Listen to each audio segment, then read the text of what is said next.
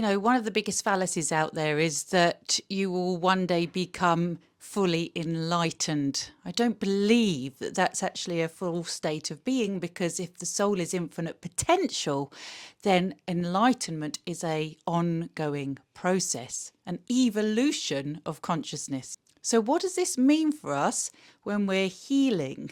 I understand I'm very much still a work in progress. I haven't arrived somewhere finished or perfected, but something has shifted in me big time in the way that I relate to myself. And I've had this thought and I just want to share it with you because I think it's probably going to resonate with many of you.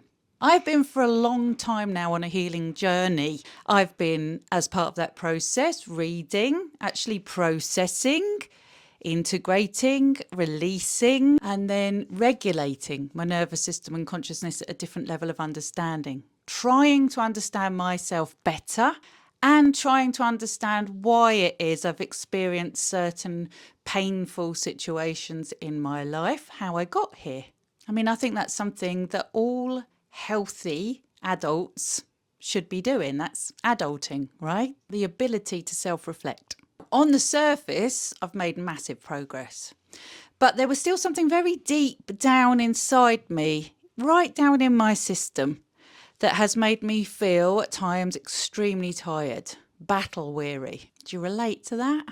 What I'm beginning to realise now is that I have been relating to myself, at some level anyway, as still having a problem that needed to be fixed, or things about me that I could fix. Now, this isn't a bad thing, and at some degree we need to ask that question, but then to move on from there so that we can move on and into a healthier state of being, I've realised that healing quietly becomes another form of effort, another way of kind of programming my brain, if you like, that something about me still wasn't okay yet. The change hasn't come from doing more, though. This is the irony. What I've realised is the change comes from listening differently. Let me explain, because this is key. I'm noticing that when I stop asking myself, how do I fix this? And I ask instead, what is my body looking for now? What is my soul telling me through my body? And when I ask that question, everything eases within my body. My body feels listened to. And that shift alone has created a inner space within me and an inner peace. I'm learning that much of what I thought needed healing actually is a lot to do with safety. My body needs to feel safe, my soul needs to feel safe, and the integration or embodiment of that safety, being able to self-trust and become self-reliant, happens at its own pace. But what I've noticed is when that safety is present, things are starting to be recognised on their own. My nervous system settles more quickly, my pressure and stress and everything calms down, and I'm gaining ever more clarity of mind. That clarity is leading me to feel more steady, more secure in myself. And it's not because life has suddenly become easier. It most certainly has not. It's simply that I'm no longer fighting myself or resisting what is. This is the kind of golden nugget that soul awareness can give you. It's showing me in real time. I'm not bypassing pain or forcing growth.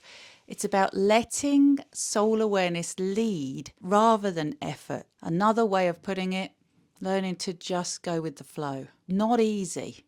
Not easy at all. As I practice surrendering to this, the healing is feeling quieter. I'm having moments where I'm feeling the break, where I can take deep breaths, and my body and my soul can really feel, peace, ease, contentment. Like, I've got this, I'm safe. Life can be intense, but I'm finding I'm feeling less dramatic towards that intensity. We all going to get triggered. Anger isn't bad. Tough emotions aren't bad. But what I'm noticing is that I can calm down from them or steady myself from them much more readily. And that feels, if nothing else, a huge leap forward in the healing process. I'm still listening. I'll always be listening.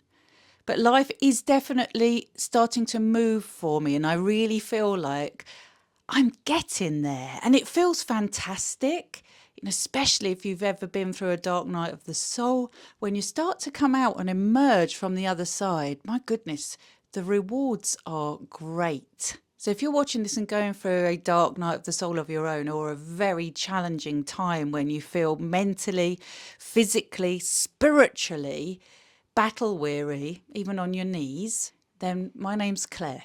I understand, been there, going through it, coming out of it. And because it's lived and embodied by me, I'm also here guiding others to understand their own soul and consciousness, to experience a life that they can't lose. So if you are in this place, maybe there is nothing wrong with you. You're exactly where you need to be, in fact. Maybe you're simply being required to listen more deeply, soul deep. I really believe the universe is working for you, not against you. What do you say?